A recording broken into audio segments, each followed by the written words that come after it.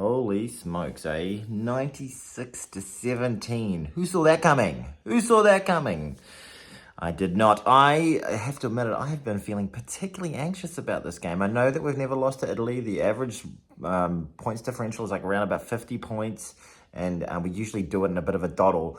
But, you know, this All Black team has set all sorts of unfortunate records, and you could just see it happening that, you know, they absolutely pooped the bed in the pools. But no, that was an absolute statement performance. In Foz we trust.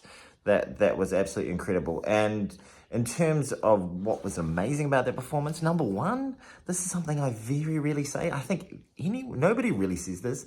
The scrum was so wildly dominant.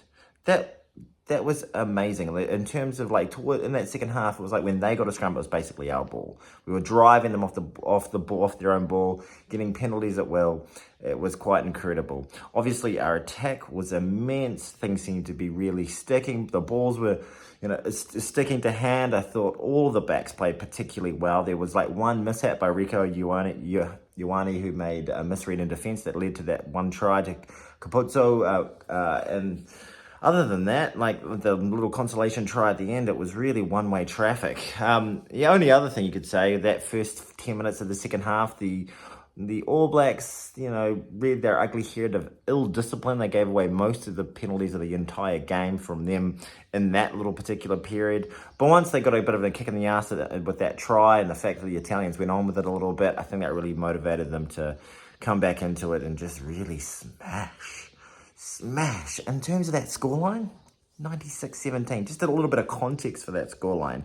You might say, well, the Italians are a dirt team, but they're not. You know, this is a team obviously that hasn't had a huge amount of victories this year, but during the Six Nations, they ran a lot of good teams close. They lost 34-20 to Ireland, you know, 14 points. And then in the first game of the Six Nations, they only lost 29-24 to France. And the All Blacks just put 96 points on them. Outrageous. So don't forget about the All Blacks. They're still there. They're still incredibly good. When they play at pace and you don't slow their ball down, you know, they've got some of the best attacking threats in the world. Now, what teams have been so incredible at it for a long period of time is slowing the ball down, the All Blacks, you know, frustrating them and forcing them into creating errors and being ill-disciplined. The Italians weren't able to do that at all at any stage of the game. Well, actually, for the first 10 minutes of the second half, they were able to do that. You know, that's a bit of a blueprint as to how to beat the All Blacks. But if you let them play at the pace they want to do, dictate terms, you know, they can run wild. And that's, you know, a bit of a trademark of All Blacks. And that was a dominant statement performance. Y'all act like you forgot. But you can't forget about this team.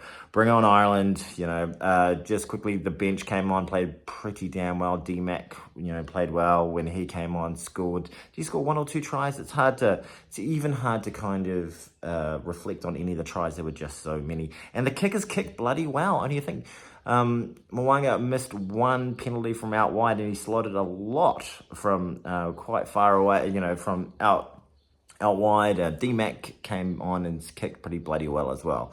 So all in all, forwards were incredible. The backs attacking threats were just amazing. Reserves came on. One little period of ill discipline, but other than that, pretty bloody good. Come on, Black, bring on the Irish. Here we go.